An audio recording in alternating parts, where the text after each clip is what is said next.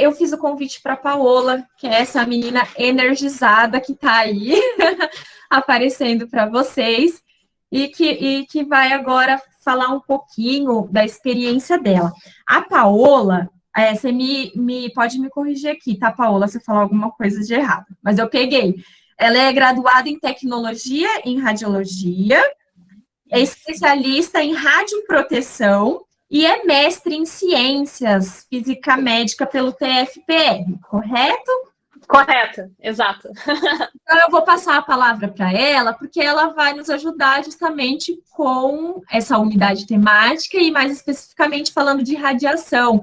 E eu lembrei que semana passada eu assisti o filme da Marie Curie, né? E aí eu falei assim, provavelmente se os estudantes estão na Netflix, eles vão perguntar para os professores, professor, já assistiu, professora, é isso mesmo? Eles vão querer saber se as histórias são verídicas, né? O que tem por trás, o que é isso. Então, eu acho que é um bom momento para contextualizar, né? Tudo isso. Então, eu passo a Perfeito. palavra, Paola. Muito obrigada. Eu vou pedir a gentileza se você puder projetar os slides para mim, aqueles que eu te mandei. Tá, já. Eu estou trocando uma ideia com vocês. Primeiramente, eu quero muito agradecer esse convite e eu queria pontuar como é importante, de fato, abordar essa temática. Vocês vejam só, eu tenho 26 anos. Há 10 anos atrás, eu tinha 16 e eu estava no segundo ano do ensino médio. Sempre fui estudante de escola pública. E em outubro de 2011, uma professora de química passou um trabalho sobre radioatividade. E foi justamente a partir do momento que eu fui fazer o trabalho que eu percebi e que eu descobri do que se tratava. E por alguma razão louca da minha eu achei aquilo fantástico. Eu ficava, como que pode existir um negócio que vê você por dentro? Como que pode tirar energia de um troço que você não vê e sair um monte de energia? Não é possível. Eu achava aquilo um negócio. E eu falava, quando eu era, né, quando eu tinha 16 anos, né, eu pensava assim, cara, que negócio legal. Um dia eu quero poder ter as possibilidades de trabalhar, né, com esse negócio, porque radiação é um troço legal. Eu falava, né, eu vou trabalhar na comissão de energia nuclear, eu vou fazer não sei o quê. Mas eu falava despretensiosamente, né, por assim dizer. Com 16 anos você não sabe, né, o que vai acontecer. E, cara, não há de ver que 10 anos depois de eu descobrir o que é isso, eu trabalho com isso, ensino isso, e falo disso, e encho o saco de todo mundo com esse negócio. Então, o que eu quero dizer com isso? Como realmente o ensino médio, né, a educação básica que a gente tem, pode ser abre portas, né? A gente acaba vendo coisas, conhecendo coisas, entendendo e meio que estabelecendo ali, né? A gente vai criando os gostos pelas coisas. Então, é uma pena que eu nunca mais vi essa professora. Eu só lembro o nome dela, que ela chama Pamela. Nunca mais vi, mas graças a ela, graças àquele conhecimento, aquela temática, eu consegui. 10 anos depois, é justamente a área que eu trabalho. Então, como as coisas acontecem, né? Então, veja como é importante para o aluno ter acesso a essa informação. Isso é uma das primeiras razões pela qual eu achei esse convite sensacional. Mas a segunda, vocês certamente já devem ter ouvido falar daquele acidente com radiação, o acidente de Goiânia, que o pessoal abriu um equipamento, espalhou um pó radioativo e contaminou bastante gente, teve gente que morreu, teve uma criança que morreu. E isso foi aqui no Brasil.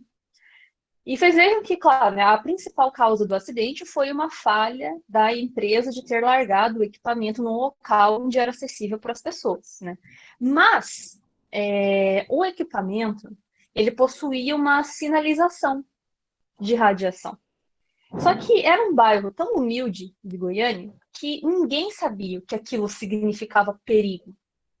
Então, a gente inserir esse conhecimento para as pessoas desde jovem, né? Pode evitar muita coisa. As pessoas sabendo reconhecer o símbolo, pelo menos, não precisa nem saber o que é direito, mas sabendo que aquilo representa um perigo, por exemplo, a gente pode evitar uma catástrofe. Claro que hoje são outros tempos, né? Diferente, já a chance de acontecer aquilo de novo é muito baixa. Mas, né, a gente está sujeito. Então, isso também é importante. Então, falar de radiação Às vezes parece que é um negócio assim tão abstrato, né? Tão distante da gente, porque quando a gente fala em radiação, a gente lembra de usina, lembra de bomba. Nossa, o que isso tem a ver com o dia a dia? Mas vocês se surpreenderiam, porque como tem coisa relacionada à radiação no nosso cotidiano e coisas que a gente pode ensinar para as pessoas, no geral. Radiação não é importante só para quem vai trabalhar com radiação, com quem vai mexer em usina. Não. Radiação está no nosso dia a dia, está presente aqui agora. A gente está imerso num mundo de radiação. Então, por isso que é importante trabalhar essa temática. E antes de eu passar para o próximo slide, eu quero perguntar uma coisa para vocês. Vocês podem escrever no chat ali. Vocês são professores, né, de física e química, né, até onde eu entendi. Mas contem para mim ali no chat qual que é a primeira coisa que vem na cabeça de vocês quando alguém fala radiação. Tipo agora, radiação. O que vocês pensam? Primeira coisa que vem na cabeça de vocês. Escrevam ali no chat para a gente ter uma ideia, antes de eu continuar a minha fala. Morte. Desculpa, gente. Usina, Chernobyl, câncer, luz. Exatamente. Muito bom. Excelente, excelente. Energia limpa, tratamento de câncer. Ó, de primeiro momento a gente já pensou em tragédia, né? Morte, Chernobyl, acidente, câncer, doença, letalidade. Aí agora já vem os melhorzinhos, né? Tratamento de câncer, energia limpa. Muito bom. Pode passar o slide para mim, por favor, Ana? Aí o X. Então, é justamente o que acontece. Vocês sabem disso. Inclusive, eu recomendo que vocês façam isso com seus alunos quando forem abordar essa temática. É o que eu sempre faço. Eu sempre pergunto. Primeira coisa, porque a gente dá aquele plot twist, sabe? Porque a gente fala que, na verdade, não é só isso. Vocês vejam só. Realmente, para qualquer pessoa, eu sempre peço eu dou aula para graduação, né? Então, para curso de radiologia. Então, as pessoas que vêm fazer esse curso, elas precisam saber bastante para, né, trabalhar lá. E eu peço para elas fazerem um questionário com pessoas assim da família. Isso é muito divertido. E faço as perguntas, tipo assim, o que você acha que é radiação? Aonde que tem radiação no dia a dia? Né? Você tem medo? O que você acha da energia nuclear? Todo mundo fala, não, bomba, Chernobyl, tragédia, lixo, morte, vai ter câncer, vai todo mundo morrer, cataclisma. Ninguém fala uma coisa boa. Todo mundo pensa em tragédia. Infelizmente, a radiação e a radioatividade tem essa marca histórica no passado, porque é tipo um acidente de avião. Cara, voa avião pra caramba, todo dia, um monte, e tá tudo bem. Mas cai um avião pra você ver. As tragédias do avião. Porque andar de avião é muito não sei o que lá. Gente, é mais fácil você morrer no trânsito do que você morrer andando de avião. É muito mais provável um acidente de trânsito, mas não. As pessoas têm medo do avião, entenderam? Com radiação é a mesma coisa. A gente tem uma infinidade de aplicações para... Mas quando a gente fala em radiação, a gente lembra das marcas de tragédia. A gente lembra de Nagasaki e Hiroshima, a gente lembra de Chernobyl, a gente lembra de mutação, lembra de câncer. Infelizmente, a gente lembra disso. Mas eu vou mostrar para vocês daqui a pouco que as aplicações benéficas da radiação e da radioatividade vão muito além das aplicações ruins. Só que é uma pena que as pessoas não prestem atenção nisso. Por isso que é importante a gente abordar essa temática, mostrar que, claro, a gente tem sim efeito negativo. Nada, infelizmente, é impune. Energia nuclear, por exemplo, é uma energia limpa. Ponto negativo, lixo atômico. Mas se for parar para pensar outros tipos de usina também, para fazer uma hidrelétrica, você tem que desmatar um monte de coisa, mudar curso de rio, alagar coisa, fazer barragem. Não estourou barragem esses tempos aí lá em Brumadinho? Mesma coisa. Claro que não era barragem de usina, mas assim, barragem, né? Pode acontecer. Tudo tem ponto negativo. Né? Infelizmente é assim que funciona. Mas, enfim. Pode passar, por favor, Ana. Mas o que é radiação, afinal de contas? Gente, esse negócio é um troço complicado para explicar em qualquer contexto. Como eu dou aula para um curso tecnológico, curso superior, muitos alunos que a gente recebe, como é de instituição particular, vocês devem saber, né, que a gente sente que existe muito déficit na educação básica. Então, é difícil contextualizar. Então, o negócio para mim funciona na base da analogia. Então, quando eu falo em radiação, né, eu sempre falo o que é o conceito geral. Né? Então, radiação é a propagação de energia pelo meio.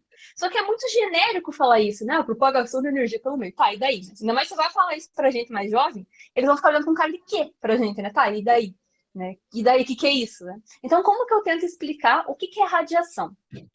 Eu falo assim, ó, faz de conta que vocês estão no acampamento, né? Vocês estão lá, todo mundo sentado em volta da fogueira. Você não precisa encostar no fogo para sentir calor. Se você sentar em volta, você sente o calor chegar até você. Você não vê nada. Você olha assim e não tem nada.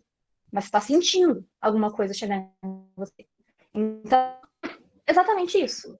O calor é um tipo de radiação. É a radiação térmica que a gente chama, né? É um tipo de energia que está se propagando pelo meio. E aí tem vários outros tipos, né? E a gente consegue categorizar esses tipos de radiação. A gente consegue categorizar de duas formas, ou pelo aspecto físico ou pelo aspecto energético. Quando a gente fala em aspecto físico, a gente pode dizer que esse transporte de energia pode ser feito por meio de matéria ou energia, propriamente dita. Por meio de matéria é o que nós chamamos de radiação de partícula. E por meio de energia é o que nós chamamos de onda eletromagnética, luz, por assim dizer. Tanto que eu até coloquei aqui as representações para vocês. E eu ainda uso a analogia da fogueira para diferenciar. Eu falo assim, ó, quando você está sentindo o calor chegando até você, é uma coisa que você não está vendo. É como se fosse esse transporte por meio de energia. Mas ele pode ser feito por forma de matéria. Sabe aquela fuligem que solta da fogueira? Que daí ela fica tipo uma brasazinha, bem cinzinha, né? Se aquilo encostar em você, vai queimar pra caramba. É como se fosse isso. A partícula é a fuligem e a energia é o calor. Então, é a radiação. Tá transportando de algum jeito. Eu faço essa analogia, costuma funcionar, né? Eles entendem. Então, essa é a característica pelo formato físico, né? E até coloquei ali, por exemplo, né, as radiações mais comuns que nós temos ali em formato de matéria é a radiação alfa e a radiação beta. Até tem outras radiações de matéria, como nêutrons, por exemplo, qualquer coisa, qualquer partícula, né? Elétrons ejetados, neutrinos, qualquer coisa de partícula é radiação em formato de matéria. E radiação eletromagnética, as radiações que a gente já conhece ali, né? Então, a radiação X, radiação gama, onda de rádio, micro-ondas, infravermelho, luz visível. Então, eu sempre falo, ó, se radiação fosse tão maligna, pô, a gente usa luz visível para enxergar como que é ruim. Então, não é bem por aí, né? A radiação está ao nosso redor, por assim dizer. Então, eu faço essa categorização, né, em formato por aspecto físico, mas tem uma outra categorização que é por formato energético, que é de acordo com a energia da radiação. E aí a gente classifica em ionizante e não ionizante. As radiações não ionizantes são aquelas radiações mais fraquinhas, que não têm energia para causar ionização na matéria. Pode causar outros tipos de interação, tipo excitação, alguma coisa nesse sentido, mas ionização não. E as radiações que a gente pode considerar como não ionizante é a luz visível, onda de rádio, Wi-Fi, micro-ondas, infravermelho. São todas radiações, mas radiações que não causam dano para nós, pelo menos até onde nós sabemos, até onde os estudos indicam. A gente sabe que não é para causar dano, né? Se causa é por um jeito que a gente não conhece ainda, mas a princípio não faz nada. Inclusive, isso é até interessante de abordar, porque as pessoas, como elas têm medo de radiação, a gente já escutou, né? As pessoas falarem, ai, a radiação do celular, ai, o Wi-Fi, ai, o G, ai, meu Deus, tipo, calma. Não, gente, relaxa, não vai acontecer nada, né? Até onde a gente sabe, pelo menos, né? Então, é interessante, essa parte de categorização energética, eu acho que é o mais importante de questão de matéria ou energia, né? Porque é justamente a gente saber quais a gente tem que tomar cuidado e quais a gente não precisa se preocupar, né? Então, todas essas, né, luz visível, infravermelho, ondas de rádio, tranquilo, não fazem nada. É uma radiação ok, que a gente inclusive usa no dia a dia. Todo mundo tem um micro-ondas em casa. Inclusive, aí tem gente que fala, mas a comida vai ficar cheia de radiação. Não, calma. Não se preocupe, a radiação passa e dissipa, só vai esquentar o troço ali, não vai fazer nada. Interessante a gente saber, explicar, saber que essa diferenciação entre ionizante e não ionizante pode ser útil para sanar essas dúvidas, porque quando a gente começa a falar de radiação, começa a vir esse tipo de questionamento, porque as pessoas sabem, né, que tem radiação, mas como todo mundo tem medo de radiação no geral, acho que é tudo a mesma coisa, e não é. Então, por isso que é legal diferenciar. Agora, quando a gente fala das ionizantes, sim, o negócio é diferente. As radiações ionizantes são aquelas que têm muita energia. Elas têm esse potencial de causar ionização na matéria. Você arrancar um elétron, né, da camada eletrônica, ele fica ali eletricamente carregado, fica instável. Né? E dependendo por exemplo, se a gente está falando do corpo humano, quando acontece esse processo de ionização, isso pode fazer com que a gente tenha quebra de molécula. E isso pode ser prejudicial para a célula. Eu vou falar no final o que acontece, o que a radiação faz no corpo, porque também é uma coisa que as pessoas costumam perguntar, porque tem medo, né? Ah, então como que eu sei o que faz? O que acontece? Todo mundo gosta, especialmente porque até, inclusive, tem partes que são meio mórbidas e isso prende a atenção. Não adianta. O pessoal gosta de tragédia. Então, é um jeito até de chamar a atenção, mas também de aproveitar para fazer uma conscientização. Enfim, mas eu comento isso daqui a pouco. Deixa eu só ver o que mais que eu tinha para falar. Sim. Aí, com relação às radiações ionizantes, das radiações eletromagnéticas, apenas são ionizantes o raio-x, o raio gama e o ultravioleta. E das radiações de matéria, todas são. Todas as radiações de matéria, alfa, beta, neutrino, nêutron, próton, qualquer coisa de matéria é ionizante. Todas. Não tem escapatória.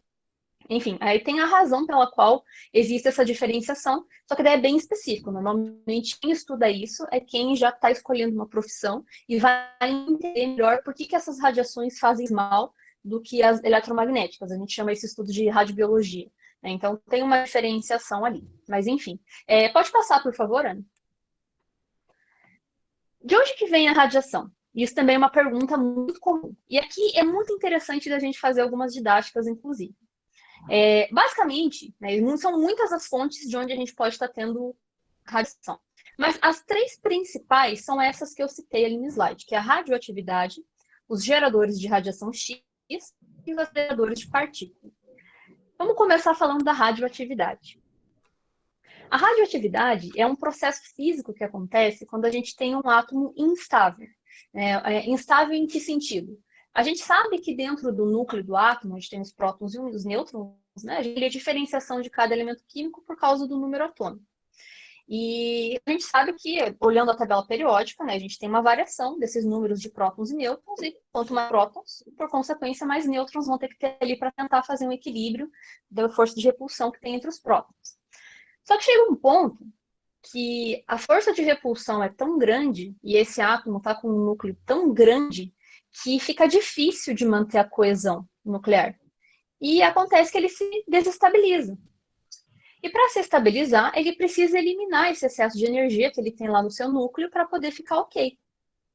E justamente é esse o processo da radioatividade, é essa tentativa de estabilização. Ele vai emitir essa energia em excesso em forma de radiação. Então, vocês vejam, radiação e radioatividade são duas coisas distintas.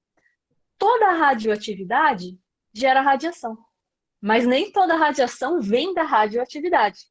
Entendem? E para explicar esse processo de radioatividade, eu fiz um exemplo bem bobo, mas que costuma funcionar. Eu faço de conta, bem simples, tá? Escrito de copo e papel. Esse foi tipo um recurso que tudo que tinha na sala, só o que tinha foi o que eu usei para tentar fazer analogia, então vai dar certo. A gente precisa de um núcleo, que eu fiz aqui como no meu copinho, né? Aqui é o núcleo de um átomo. Acontece, né? A gente sabe que tem vários elementos químicos diferentes e eles têm, dentro do seu núcleo, prótons e nêutrons. E a gente vai colocando, né? Eu fiz essas bolinhas de papel aqui, né? Para simular partículas de prótons e nêutrons. Se vocês quiserem ser mais elaborados, que eu até recomendo, dá para pintar de cores diferentes. Os prótons de vermelho, os nêutrons de branco, e vai pondo. Vai colocando. Pode até contar, se vocês quiserem, então eu estou pondo aleatório, tá? Mas a gente vai colocando. Núcleos que tem pouquinhas, né? Pouco próton, pouco nêutron, nossa, tranquilo, tranquilaço, tá super estável, de boa. Ah, mas esse átomo é mais denso, é maior. Ah, tá, então tá. Beleza, tá de boa ainda.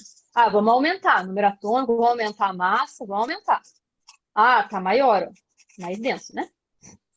Vamos pondo.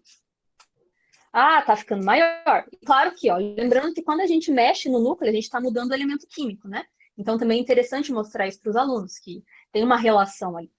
Mas beleza, né? Estamos mudando elemento aqui, está aumentando, o núcleo está enchendo, né? Está ficando maior, está crescendo. E vamos pondo. Ó, tem bastante prótons e nêutrons aqui, mas está estável? Top, faz de conta que é um chumbo isso aqui, sei lá. Um elemento denso. Aí vocês vão brincando, né? Vão falando que elemento que pode ser, enfim, ou pedir para o aluno fazer, né? Mas olha só o que acontece. Vai chegando um ponto, tá transbordando, tá muito grande esse núcleo. Tá muito grande. E ó, tô colocando mais. Vai chegar um ponto, ó, ele até fica. Ai, meu Deus, pronto, radioatividade. Entenderam? Caiu, vocês viram que caiu, né? É a radiação. Eu faço exatamente assim. Então, ó, essas bolinhas que caíram aqui, é claro que se a gente for falar dos processos, né? Existem as leis da radioatividade, que tem ali um tipo de emissão, que daí um nêutron transforma em radiação gama e mais não sei o quê, né? Tem ali tudo bem específico, né?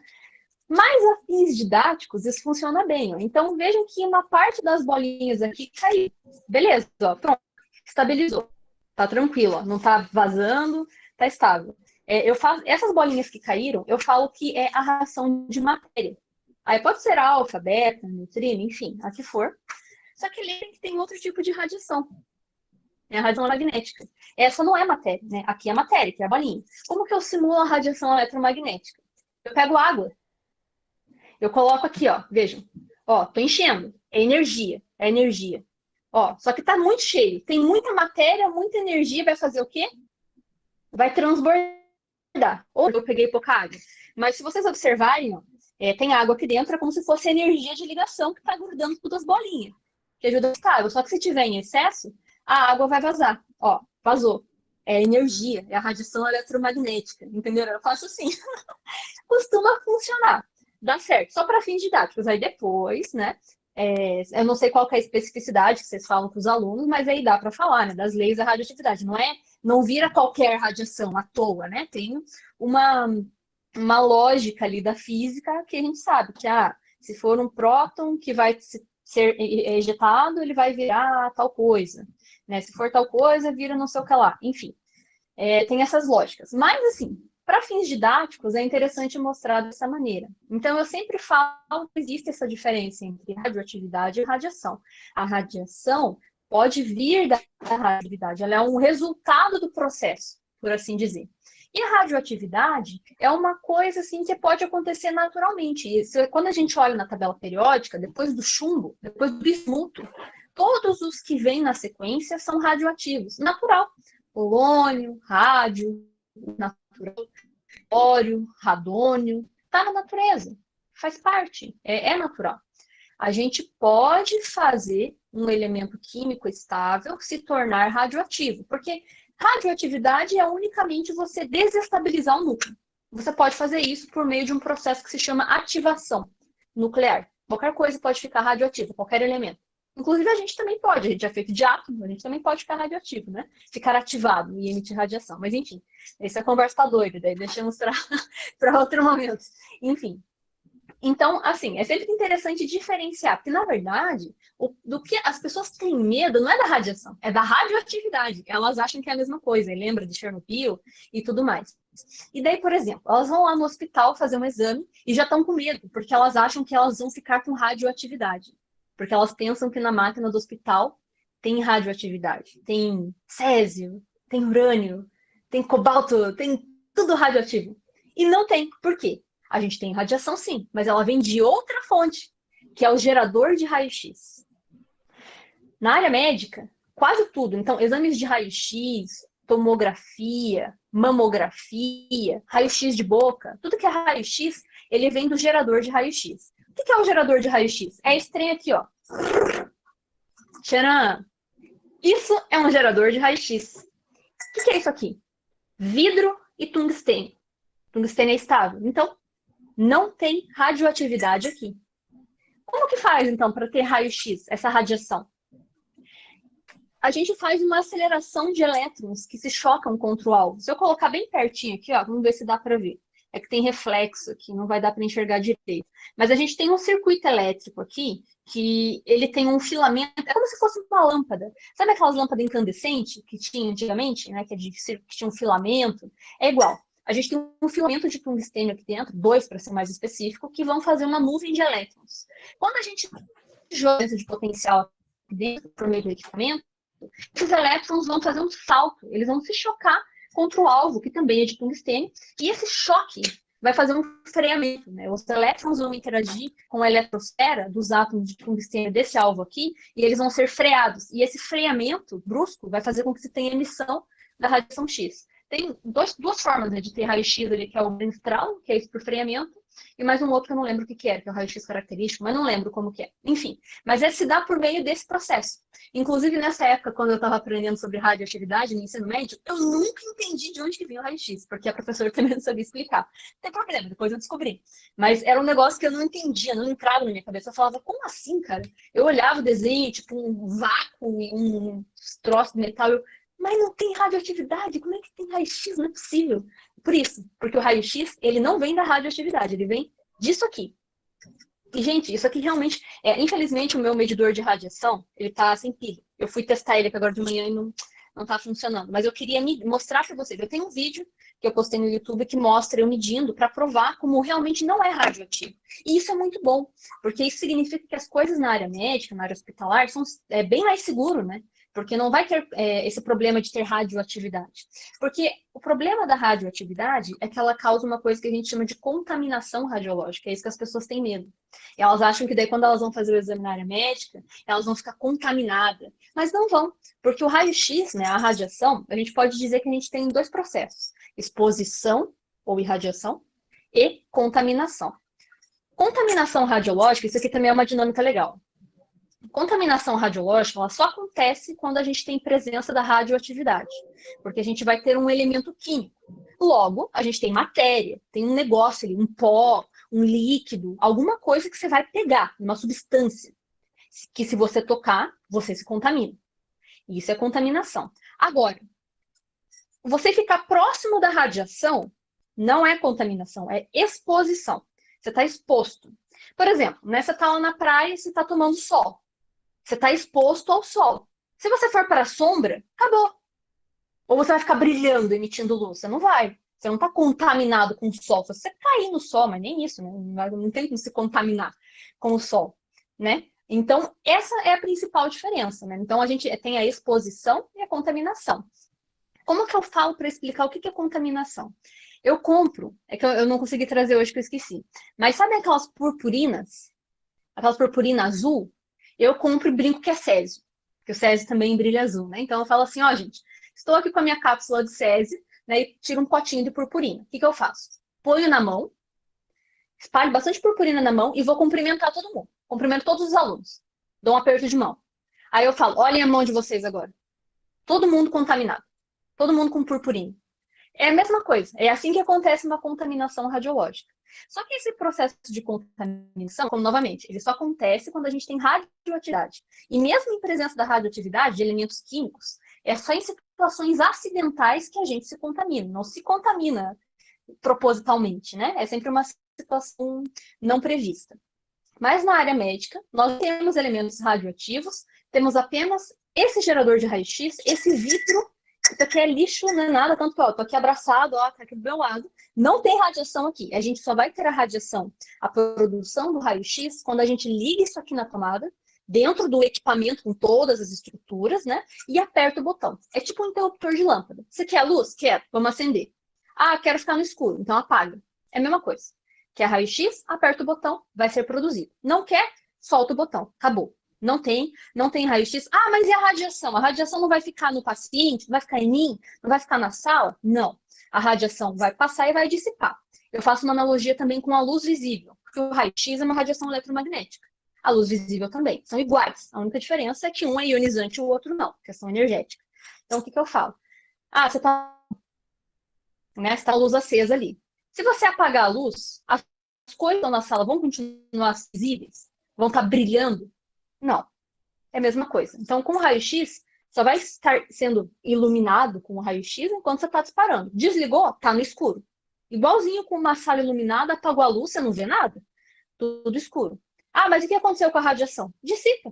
Ela vai embora. Ela bate nas paredes, ela é absorvida, ela é dissipada, é transformada em energia térmica. Some. Assim, some, né? A gente sabe que nada some, né? É convertido em outra coisa. E deixa de ser radiação ionizante. Ok? Então, não fica nada contaminado. Enfim, é sempre interessante explicar, né? É uma pena que talvez, né, não é todo mundo que tenha, né, o trem desse aqui para mostrar, mas sempre tem videozinho na internet para que os alunos vejam. Bom, se você puder voltar os slides ali para mim, por gentileza. Eu retirei só para mim poder te visualizar, tá? Porque eu não estava conseguindo ver. Tranquilo. Eu estou fazendo a gravação. Espera aí que eu vou voltar. Tranquilo. Bem E tranquilo. só Imaginei para mesmo. falar para o pessoal, a Paola tem uma página no Instagram, Radiação para Eu Leigos. tenho. Isso. Aham. E aí Na lá verdade, eu eu vi. criei um. Pode falar, desculpa. Não, lá eu assisti um vídeo seu explicando sobre esse equipamento aí. Exato. Na verdade, eu tenho um podcast e eu uso o Instagram para compartilhar as coisas que eu publico lá, porque justamente essa é a razão de eu criar o podcast para que as pessoas aprendam, no geral. Eu estou cansada de ficar falando de radiação para quem já sabe, para falar para quem não sabe, né? Então, porque é importante saber. Aí eu fiz o podcast lá e tem uns doidos que escutam lá. Recomendo. Apesar, né? É meio suspeito, mas recomendo. Bom, então vocês viram que a gente tem essas duas fontes aí de radiação e tem uma terceira que eu coloquei ali que são os aceleradores de partícula. A gente chama de ciclotron, o LHC, né? Então qualquer um desses é um acelerador de partícula. Inclusive eles são utilizados para a gente transformar elementos estáveis em instáveis. A gente bota um próton ali, né, alguma partícula eletricamente carregada, e acelera ela por meio de um campo magnético e vai fazer ela colidir com alguma coisa. No momento de colisão, sempre vai ter produção de radiação ou então ativação de algum elemento químico que é estável para ficar instável. Enfim, mas esse de acelerador de partícula ele é um pouco mais ruim de falar, assim, nem eu falo muito para os meus alunos. Eu falo em situações específicas quando eles sabem, por exemplo, de onde eu tenho que obter elementos para tratamento de certas doenças. Eu comento que vem desse gerador. Enfim, pode passar, Ana, por favor.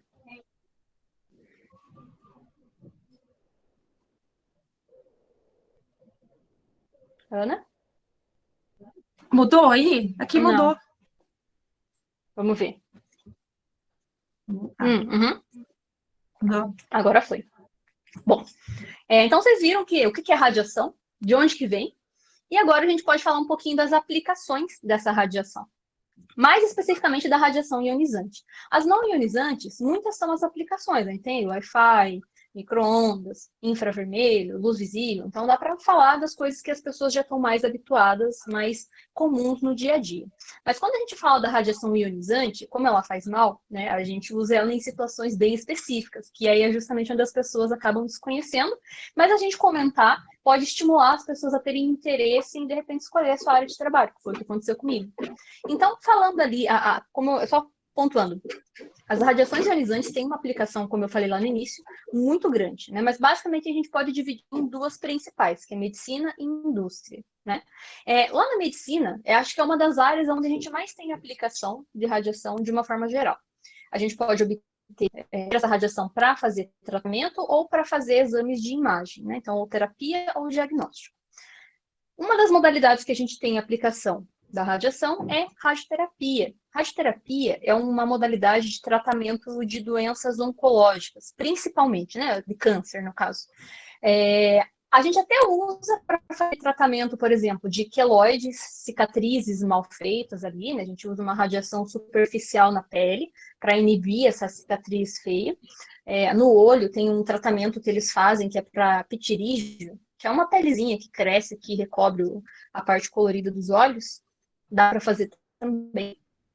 Basicamente, fora as oncológicas, essas são as mais não tão comuns. Mas a radioterapia costuma ser uma modalidade de tratamento de câncer. A gente tem equipamentos que produzem uma radiação de um nível muito elevado, com a finalidade de destruir o tecido tumoral. Ele destrói o câncer ou, pelo menos, faz ele regredir a um ponto que seja possível retirar cirurgicamente.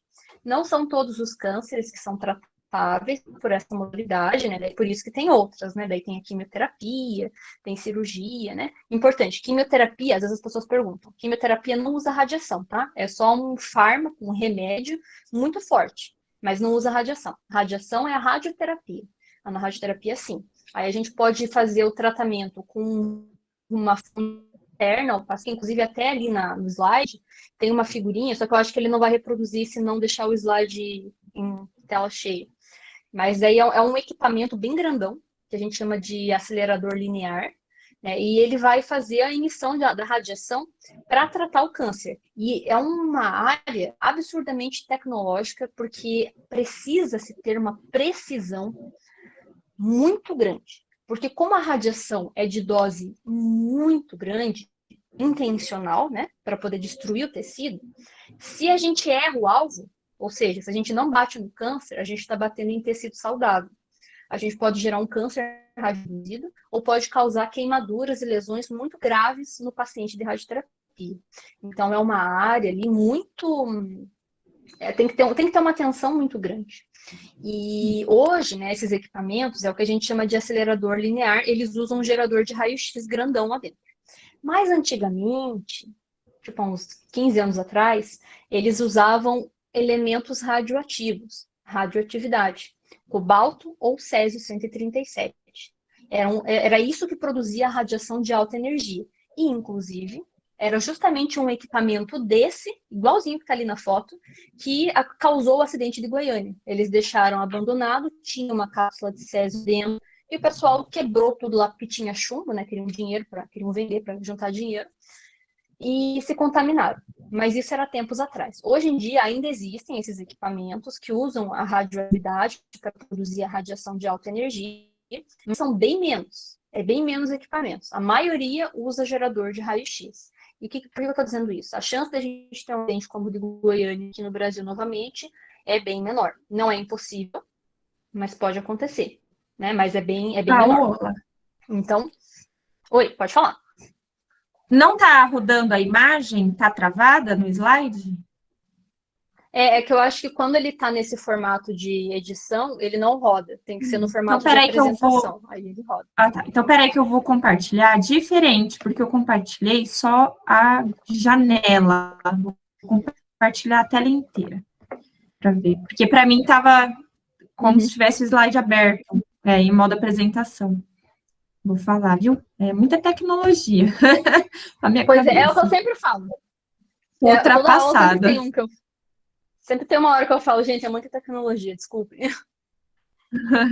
Agora, vamos ver, eu vou apresentar a tela inteira e vou dar o apresentar. Tá Aí, rodando isso. agora? Aí. Isso, agora tá. Ó.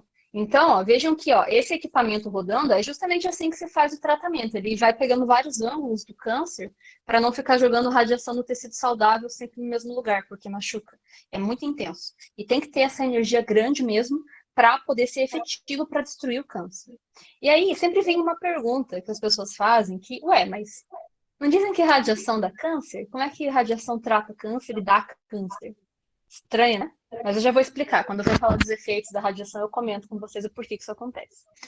Enfim, essa é uma das modalidades de tratamento. Tem uma outra que é bem pouco conhecida no geral, até por médicos conhecida, que é a medicina nuclear. A medicina nuclear é uma modalidade de diagnóstico por imagem. E ela usa radioatividade. A gente usa elementos radioativos que têm uma duração de radioatividade bem curtinha, que é para ser seguro para aplicação de pessoas, né? E uma dose de radiação bem baixinha também. É só para fazer umas imagens. E a gente pode usar para diagnosticar as mais diversas doenças. A mais comum aplicação que tem essa prática é para diagnosticar metástase de câncer. Essa imagem que está rodando para vocês é uma imagem de cintilografia, que a gente chama. Então, o que a gente faz? A gente vai preparar um elemento radioativo mesmo, pode ser galho 67, tecnésio 99, iodo 131, tem um monte. Vai depender da região do corpo que você quer ver, então vai para uma parte do corpo diferente. E a gente vai injetar na veia da pessoa. A gente injeta a radioatividade na veia da pessoa. Nesse caso, aí ela está contaminada. Nessa modalidade de medicina nuclear, aí sim, como a gente não tem tubo de raio-x, né, não tem esse gerador, é elemento radioativo injetado dentro da pessoa, aí sim, ela está contaminada. E daí, esse elemento radioativo, o que ele vai fazer? Ele vai grudar em regiões onde tiver a lesão que você quer ver. Né? Então, a execução do exame vai depender do que você quer diagnosticar. E aonde tiver a lesão, esse elemento radioativo vai grudar e vai ficar ali, emitindo radiação. e daí um equipamento vai captar e formar uma imagem, que vai ser exatamente como essa que está sendo exibida para vocês. Se vocês observarem, ela está num tonzinho vermelhinho ali, mas tem umas regiões que parecem incandescentes, né? Tem um brilho intenso.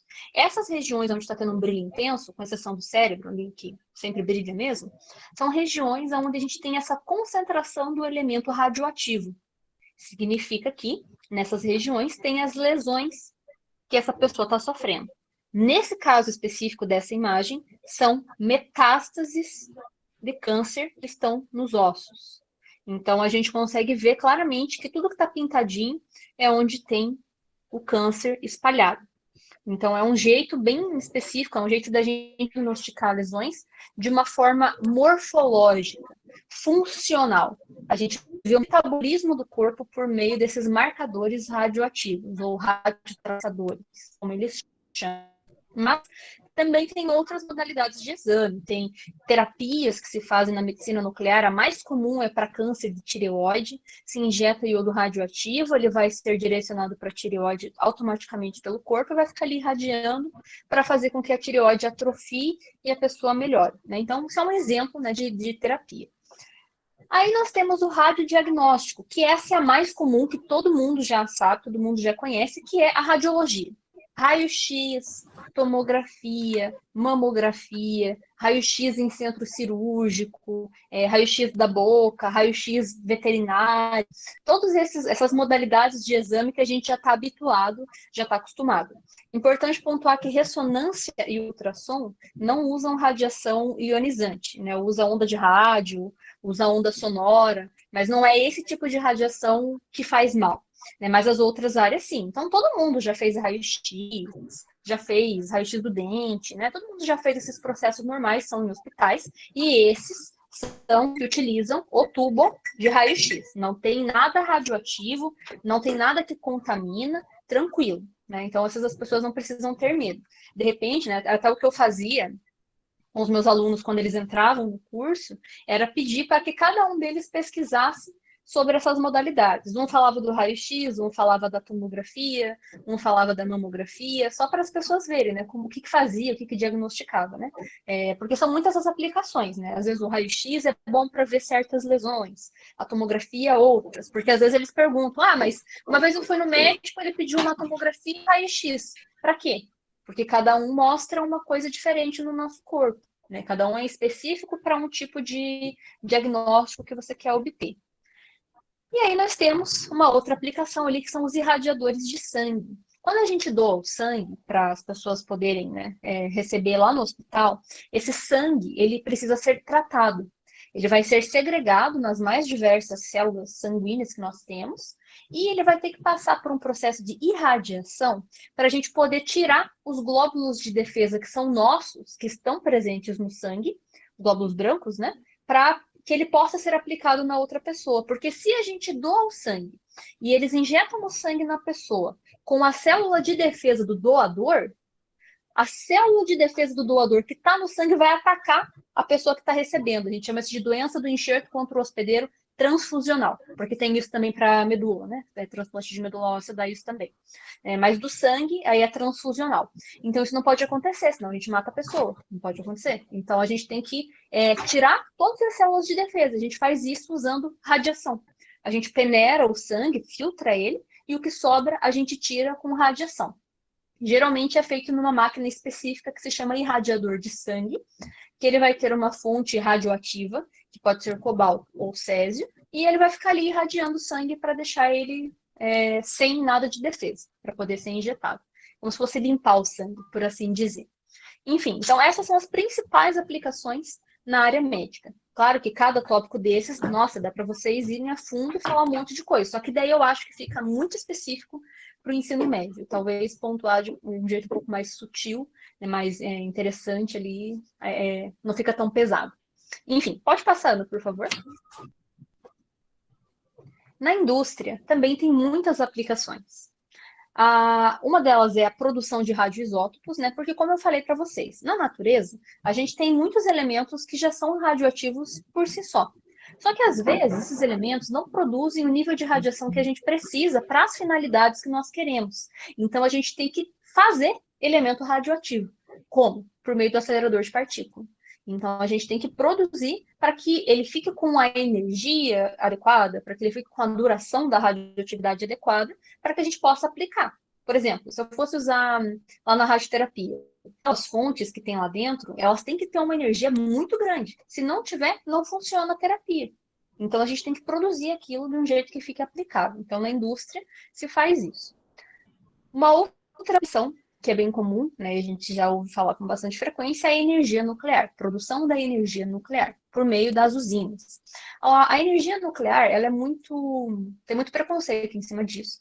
As pessoas não gostam, por experiências passadas que nós já tivemos, sabemos que quando dá muito ruim, né? Então as pessoas não gostam.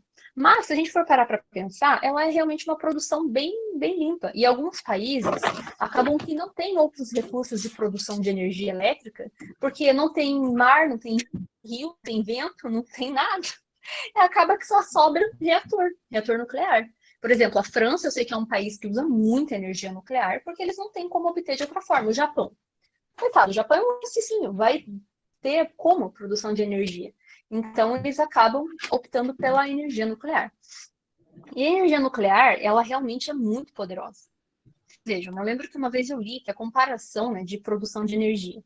Quando a gente queima 1 grama de carvão, 1 grama de madeira e 1 grama da fissão de 1 grama de urânio. Quando a gente tem o carvão queimado, ele produz energia para acender 2 lâmpadas, não lembro quantos watts, acho que 20 ou 40 watts, né? 2 lâmpadazinhas ali por 1 minuto. 1 grama de carvão, 2 lâmpadas por um tempinho. Agora, 1 grama de urânio, que vai passar pelo processo ali da produção de energia, ele gera energia para sustentar uma cidade antes por 1 hora. Olhem a diferença, né? O ruim é que depois que a gente usa esse elemento nuclear para obter energia, ele já não serve mais para isso. Mas ele continua absurdamente radioativo. Muito radioativo. Tipo, uma energia muito grande e por um tempo muito longo. É isso que é o problema, que as pessoas, né, são contra a aplicação da energia nuclear. Porque o que a gente faz com o lixo? Normalmente, esse lixo nuclear é armazenado dentro do próprio reator. Né? O reator nuclear, né, aquilo que fica dentro daquela chaminé, quando a gente olha a usina, a gente vê aquelas chaminé, né, aquelas fotinhos, tudo bonitinho. Lá dentro dessa chaminé tem como se fosse uma panela de pressão, onde a gente tem o elemento radioativo, que vai ser usado para obter energia, que quase sempre é o urânio enriquecido, urânio 238, 235, urânio 235. Né? Então, é ele que vai ser utilizado para produção de energia. Quando a gente tem essa produção de energia nuclear, o que acontece? É o que a gente chama de processo de fissão nuclear. É o mesmo processo da bomba atômica, só que a diferença é que na bomba atômica isso não é controlado e é feito para explodir.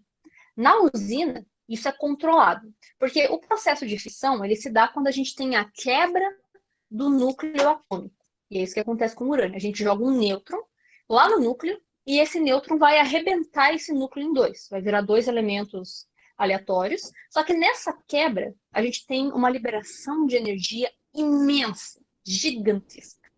E mais 3 nêutrons que vão continuar colidindo com os próximos átomos que estão ali em volta. E assim vai, é uma reação em cadeia.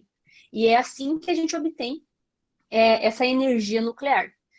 A bomba funciona justamente assim, só que é incontrolado, né? Lá na usina, lá no reator, quando a gente está tendo um processo de fissão muito extenso, muito grande, está tendo uma energia muito grande sendo produzida, a gente abaixa umas varetas de segurança que são feitas de um elemento que absorve os nêutrons e cessa o processo de fissão. Você desliga o reator.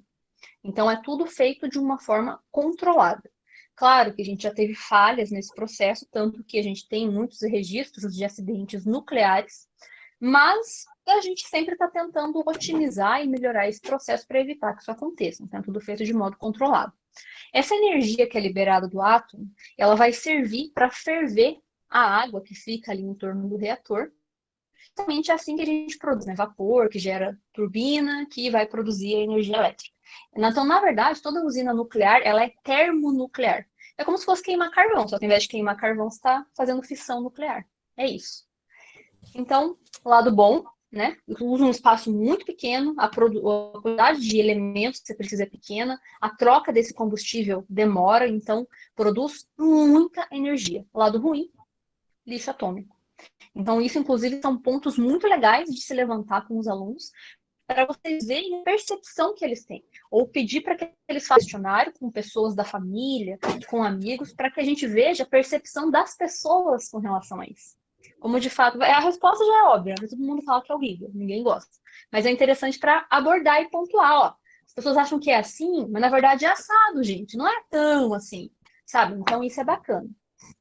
Aí a gente tem ali também a questão de ensaios não destrutivos, que é fazer imagens radiográficas de peças, de coisas que a indústria fabrica, e esterilização, que é usar a radiação para matar micro-organismos, para esterilizar as coisas. Esterilizar seringa, esterilizar remédio, esterilizar alimentos. Isso também é legal de fazer.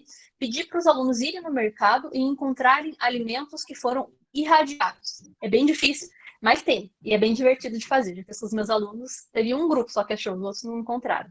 Mas é divertido de fazer. Tem uma simbologia que se chama radura, que fica estampada na caixa dos alimentos que passam por esse processo. E é legal. Aí a pessoa vai falar, mas o alimento não vai ficar contaminado? Não, porque ele foi exposto.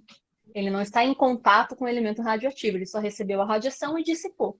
Enfim, é bem interessante de fazer essas didáticas com os alunos. Pode passar, Ana, por favor.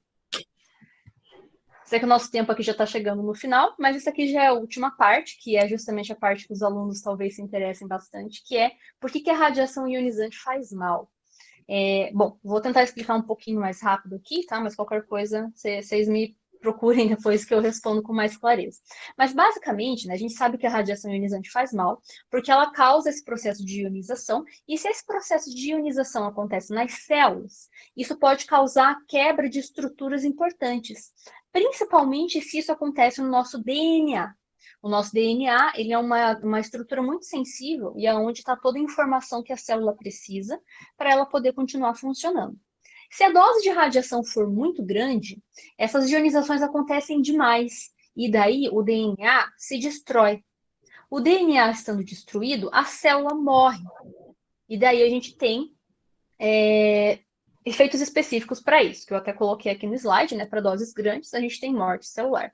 Quando a radiação é ionizante, mas ela não tem tanta energia para causar tantas ionizações, a gente consegue consertar os problemas que essa ionização pode ter causado. Nossa célula conserta.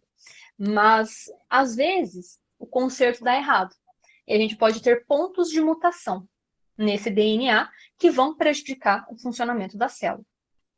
Falando ali das doses grandes, basicamente o que acontece? Né? São os piores efeitos, tá, gente? Esses efeitos acontecem só em acidentes de radiação, terapias mal feitas, né? Situações bem de tragédia mesmo. Uma que eu coloquei ali é a SAR, Síndrome Aguda das Radiações. É uma doença que acontece com um monte de gente que sofre acidente, que é quando a gente pega uma radiação muito grande de corpo inteiro. A pessoa começa a passar mal, começa a vomitar, aí ela dá uma melhoradinha, volta a passar mal e morre. Não tem o que fazer. Se desenvolve síndrome aguda, morre. E o que ela faz? Ela ataca o nosso sistema sanguíneo. Ela mata a medula óssea. A gente para de produzir células de sangue. A gente morre.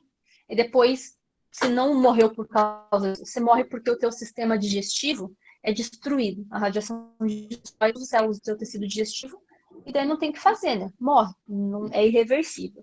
Mas só em situações de acidentes. Quando a gente usa radiação muito grande em regiões específicas, partes pequenas do corpo, a gente tem reação tecidual. Pode ser imediata ou tardia, que daí são lesões, feridas, como as que eu coloquei na imagem aqui para vocês. Queimadura, bolha, eritema, que é vermelhidão, descama, da úlcera, da necrose, pode ter que amputar parte do corpo. Se a gente procura na internet, é bem feio as imagens, é bem ruim. Então, são essas lesões. A radiação pode machucar muito, pode ser bem, bem trágico. Só que isso para doses grandes e quando a gente não tem segurança contra a radiação. Se a gente usa segurança, proteção contra ela, a gente se mantém ok. Mesmo que a dose que nós estejamos próximos seja grande, a gente acaba não recebendo essa dose e fica tudo bem. Quando a gente fala em doses pequenas, a gente tem esses problemas de pontos de mutação. E isso, em qualquer coisa, né, que acontece na célula que causa mutação, pode ser que essa célula venha desenvolver um câncer. Então, por isso que falam, né, radiação dá câncer. A radiação de baixa dose não é que ela dá câncer, ela pode vir a dar. Inclusive, é o que a gente trabalha muito na área médica, que as doses são baixinhas, a gente sempre orienta os profissionais para cuidar. Porque não é que, então se eu trabalho com radiação, eu vou ter câncer. Se eu vou fazer um exame, eu vou ter câncer. Não. Mas é como se fosse uma loteria. Cada vez que você faz uma aposta, você está aumentando a chance. Pode ser que você ganhe, pode ser que não. É mais fácil não ganhar, mas você pode ganhar. Você está tendo a chance. Quanto mais você jogar, mais chance. Então, por isso que a gente cuida, mesmo que a radiação seja uma dose pequenininha, mesmo na área médica. A gente não sai fazendo exame aí por aí, porque a gente sabe que pode acontecer isso. Inclusive, vejam, por que falam que radiação dá câncer, mas usa radiação para tratar câncer? A radiação que pode vir a dar um câncer é a radiação pequenininha. A radiação que trata câncer é a radiação grande, é a radiação de alta dose, porque ela queima o tecido. Ela destrói. Não dá nem tempo de dar mutação. Ela mata porque ela queima. Ok?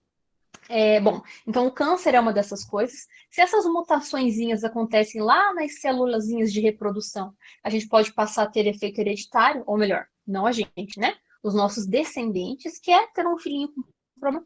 Só que isso tudo, gente, assim, é bem raro. Eu só vi isso em relato de acidente radiológico, tá? Enfim, mas pode acontecer. Tem essa chance. E a redução da expectativa de vida, que é um pouco controverso, mas também está aí na discussão.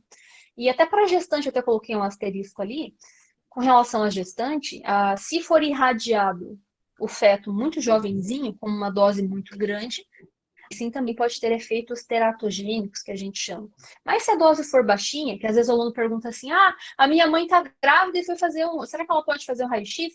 Se o médico está pedindo, a gente pode fazer sim. O médico sempre vai pensar no risco e no benefício, porque o risco de acontecer alguma coisa é muito baixinho, tá, gente? É bem pequeno mesmo. Então, a gente pode conscientizar os alunos que, assim, níveis grandes, realmente, a gente tem que tomar muito cuidado, acidente não se brinca, mas níveis pequenos também podem ser perigosos, mas a gente pode ficar tranquilo que tudo que é feito na área de saúde, na área da indústria, é controlado. Os problemas com as radiações e a radioatividade é só em circunstâncias de acidentes mesmo. Fora isso, dá para se considerar seguro. Existe a proteção radiológica, que inclusive é com que eu trabalho, que garante que os níveis para nós que trabalhamos ou que somos pacientes sempre fiquem dentro do aceitável. Pode passar. Bom, pessoal, então, nesse final dei uma aceleradinha, tá? Até peço desculpas, caso tenha ficado alguma coisa que vocês queiram esclarecer, que vocês queiram perguntar, fiquem à vontade, tá, gente? Meu contato, né, tá aqui. Se vocês procurarem lá no Instagram, né, Radiação para Leigos, tem umas coisas que eu publico lá, né, que é do podcast, mas tem uns informativos, uns videozinhos que eu gravo, mostrando umas coisas que pode ajudar, né? Eu tô completamente à disposição, né? Bom, só quero agradecer o convite e sou todo ouvidos, caso alguém queira comentar ou perguntar alguma coisa. Deixa eu voltar aqui. Nossa, eu agradeço imensamente. Foi uma aula de letramento científico, com tantas palavras novas. Foi biologia, foi química, foi física. Eu gostei bastante. É tudo, é muito legal trazer essa especificidade que você trabalha, a tua área, aquilo que você vivencia, trazer para todos nós, professores, porque muitas vezes dentro da sala de aula a gente tem mesmo, os alunos perguntam, mas como não é a nossa especificidade, a gente acaba falando assim, olha, aluno, eu não sei, mas a gente vai pesquisar. Então, assim, é importante esses momentos de formação que a gente vai aprendendo aos poucos, né? Se alguém tiver alguma pergunta, a Paola está à disposição. Eu gostaria de agradecer mesmo e agradecer ao Henrique, que mais trabalhar com os professores, pensando no currículo, ele, eu já sei quem. Já sei quem. Falou em radiação, me chama. Paola. É eu mesmo, é meu bordão. Falou radiação, me chama que eu quero muito. Então, eu agradeço em nome de todos os professores da nossa diretoria aqui, estivemos em cerca de 40 professores, eu espero ter contribuído né? Em muitos momentos no nosso currículo vai aparecer a radiação, essas coisas específicas, e às vezes a gente consegue aprofundar, e às vezes a gente fica no superficial, isso depende muito, né, das nossas salas, são heterogêneas, mas eu agradeço mensalmente, tá? Eu queria pedir para o Nossa, Arthur eu que colocar no agradeço, chat. viu? Arthur, você Ana, pode colocar Ana, no chat. Ana, Oi, Vera. gostaria Vera de é nossa complementar sua supervisora. fala. Eu gostaria de complementar sua fala, agradecendo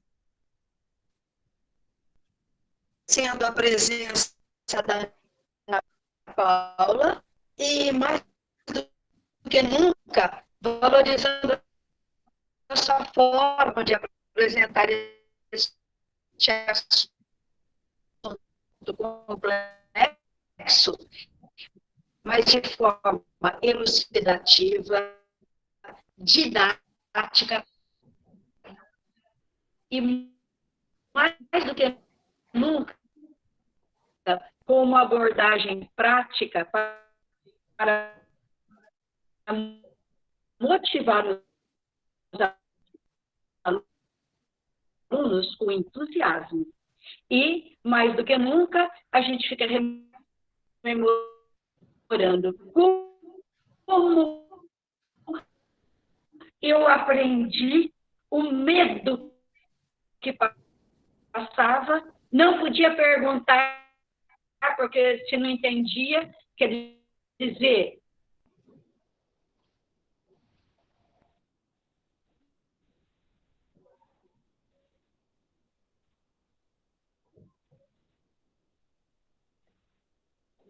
Eu acho que eu não estou ouvindo o que está perguntando. Para mim travou, Deu uma travada. Ô, Ana. Pode falar, Joelson. Acho que a Vera Mas travou. ela tá falando, acho que ela tá falando, vou esperar ela terminar, que tá travando dela. Pensei que fosse o meu. Tá. E depois eu queria falar com a Paola também, seu dar uma tempo, benção. Joel. Seu tempo. Pode Não, falar, é que tá Joelson. travando o seu... Não, ela até tá falando. Tá travando.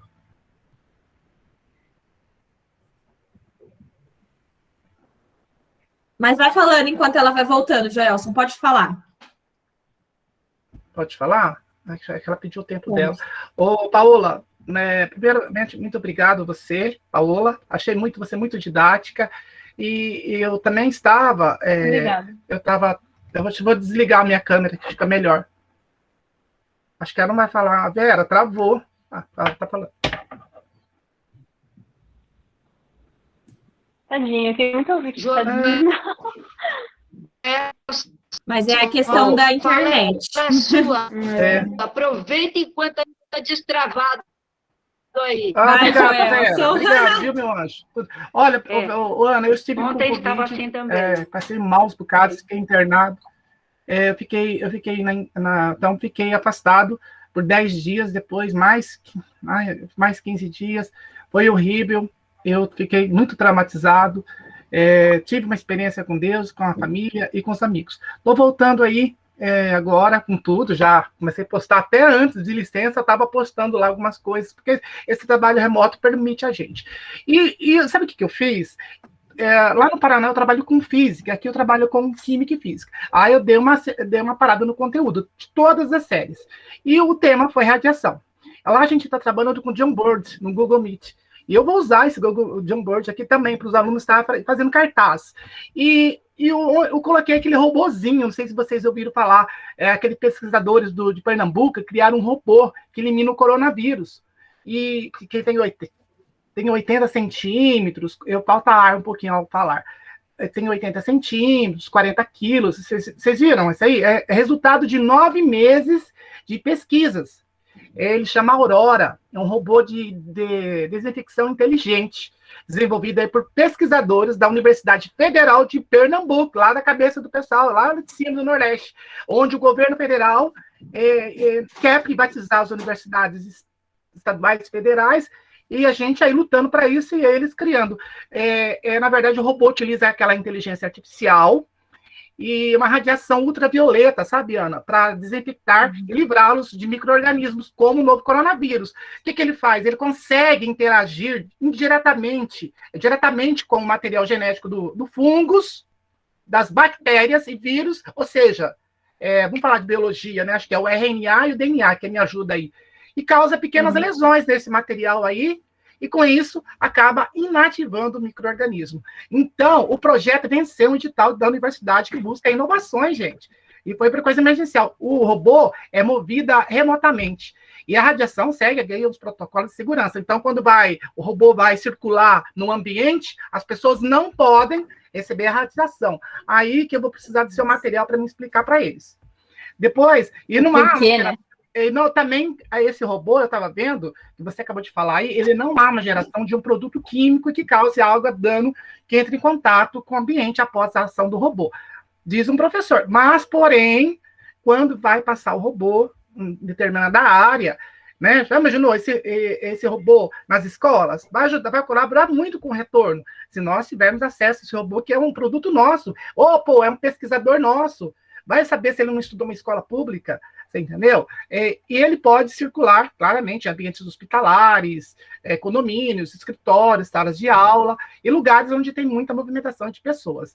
São 10 robôs aí que entregues à Universidade Federal de Pernambuco, será, acho que o mês que vem, não sei, eu não vi toda a reportagem. Mas, enfim, eu queria perguntar para a Paola, então, por que o cara lá que tira o raio-x, ele ganha lá uma salubridade, se não há contaminação. Ele tem uma salubridade. É porque, assim, isso. As pessoas que trabalham com radiação, elas recebem a insalubridade, porque apesar de não haver existe a exposição. Então, existem circunstâncias, normalmente o profissional, ele trabalha escondido atrás de uma parede. Eu olho o vidrinho aí, né? Fica escondido, quase não recebe. Mas existem situações, por exemplo, quando a gente tem que fazer exames em criança. A criança, ela não entende que ela tem que ficar parada para fazer o exame. Então, o profissional precisa ir lá e segurar a criança. Nesse momento, quando tiver o disparo do raio-x, a radiação que vai bater ali na criança para fazer o exame vai refletir para ele. Assim como acontece às vezes com luz, quando a gente bate um espelho daqueles reflexos na parede, né? Aquela luz espalhada, com a radiação também acontece, porque é onda eletromagnética, né? Então, sempre tem essa radiação que reflete para o profissional. Ele usa monitores que medem o nível para saber se está seguro, mas eventualmente acaba que ele se expõe à radiação. Apesar de não haver contaminação, existe a presença da radiação. Só que não é aquela presença de um elemento químico que fica em você ali te radiando para sempre. É só a radiação que bate, desligou o aparelho, sumiu, dissipou. Mas você recebeu a radiação. Ela pode ter passado pelo seu corpo, feito os processos de interação, né, de ter causado alguma ionização e foi embora. Ela causa, apesar de você não estar contaminado, se você se expõe, a radiação vai passar por você e ela pode ou causar mutação ou causar morte celular, dependendo do nível. Então, por isso que os profissionais recebem essa insalubridade. Hoje em dia, é bem menos comum eles precisarem ficar se expondo, mas ainda assim, por regra de conselho desses profissionais, eles recebem esse valor de insalubridade.